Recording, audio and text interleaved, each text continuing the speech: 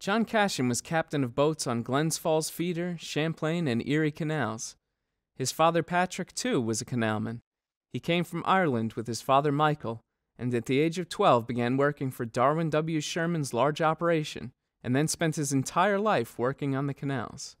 John and his father worked for the Glens Falls Portland Cement Company, the owner of 6 canal boats. The Arthur W. Sherman and the Byron Lapham were built by Joe Hunt of West Troy. The other 4, W. H. Robbins, A. Wurtenberg, John E. Potter, and John E. Parry, were built by George Boney Sanders at Moses Kill. These boats were mainly used to transport cement from the plant down the feeder to Fort Edward, where it was transferred to larger boats on the main canal. John Cashion recalls, "My father was the first captain of the Perry. I was steersman for him. I remember the day we went to the boatyard at Moses Kill and got the boat. That was either 1907 or 1908. The Potter was built the next year and was the last boat built to run from Glens Falls. And I was captain of that Potter about 2 years after the boat was built. When the Morgan Lumber Company went out of business, Levi Ogden bought the boats. Some of them started boating cement, others went boating lumber from Kenyon Lumber Company at Hudson Falls. Levi Ogden had 5 new boats built by Sanders at Moses Kill. I think it was about the late 90s. The first one was named Ironclad. Next was called Invista. That's the 2 brands of cement made by that company. The 3rd boat was named the George Bale, the 4th, C.T. Sewell, and the 5th, James Ogden. The Glens Falls feeder boats were 90 feet long, about 13 feet, 10.5 inches wide, and of all different heights. There was not much room for a family.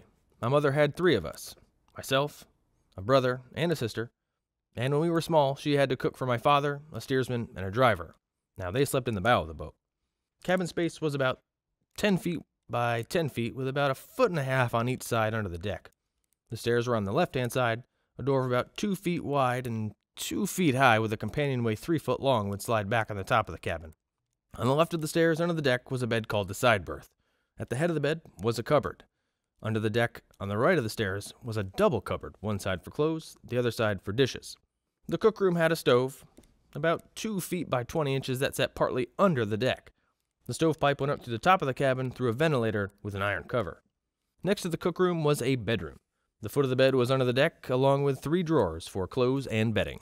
In the heyday of canaling, John Cashion says that more than 85 boats were engaged in the Glens Falls trade. Barring accidents or lost time, the proceeds from 1 boat in a season would support a family for a year. Anyone who owned 2 or more boats was really considered a capitalist. When John Cashion's canal boat models were gifted to the Glens Falls Historical Association in 1969, he was thanked, quote, for the faithful design and construction of not only these models added to their collections, but also of the 8 similar replicas which are on exhibit at the Erie Canal Museum in Syracuse.